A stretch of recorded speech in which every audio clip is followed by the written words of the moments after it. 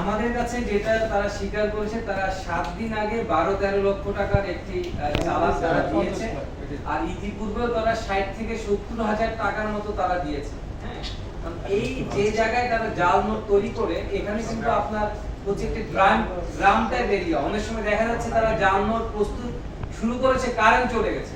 হ্যাঁ, তো সেক্ষেত্রে কিন্তু ওরা প্রিন্টিংটা দিচ্ছে, আবার কিন্তু নতুন করে তাদেরকে শুরু করতে হচ্ছে। হ্যাঁ, তো আমাদের কাছে তথ্য আছে তারা 7 দিন আগে এরকম 12 লক্ষ টাকার একটি চালান তারা দিয়েছে, আর ইতিপূর্বে তারা 50 থেকে 60 হাজার টাকা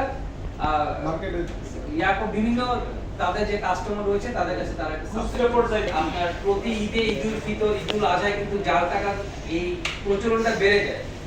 হ্যাঁ, তো অন্য সময় থেকে জাল টাকার প্রচলনটা কিন্তু বেড়ে যায়। তো আমরা কিন্তু এগুলো নিয়ে আপনার একটা ইভেন্ট যখন আসে তখন কিন্তু আমাদের একটা ফোকাস থাকে যে সাধারণ জনগণ যাতে আপনার কোনো ঝামেলায় না পড়ে, প্রতারিত না হয়। আমরা কিন্তু ওই জিনিসটাকে ফোকাসে রেখে কিন্তু আমরা আমাদের অপারেশন পরিকল্পনাটা সাজিয়ে দিয়েছি। সো এখন দেখেন আপনি যে আমাদের জাল টাকা রয়েছে, আপনি আরো কয়েকটা রোজা গেলে আপনি দেখবেন যে আপনার ছিনতাইকারী দৌরাত্ম্যটা কিন্তু বেড়ে যাচ্ছে। সো সবকিছুকে বিবেচনা নিয়ে কিন্তু আমরা আমাদের অপারেশন পরিকল্পনা সাজিয়ে দিই। তো এটা বেসিক্যালি আমরা এইটুকু রিস্ক করতে পেরেছি যে এটি একটি সিন্ডিকেট, যে সিন্ডিকেটের মাধ্যমে এই জাল টাকাটা বিভিন্ন জায়গায় ছড়িয়ে যাচ্ছে।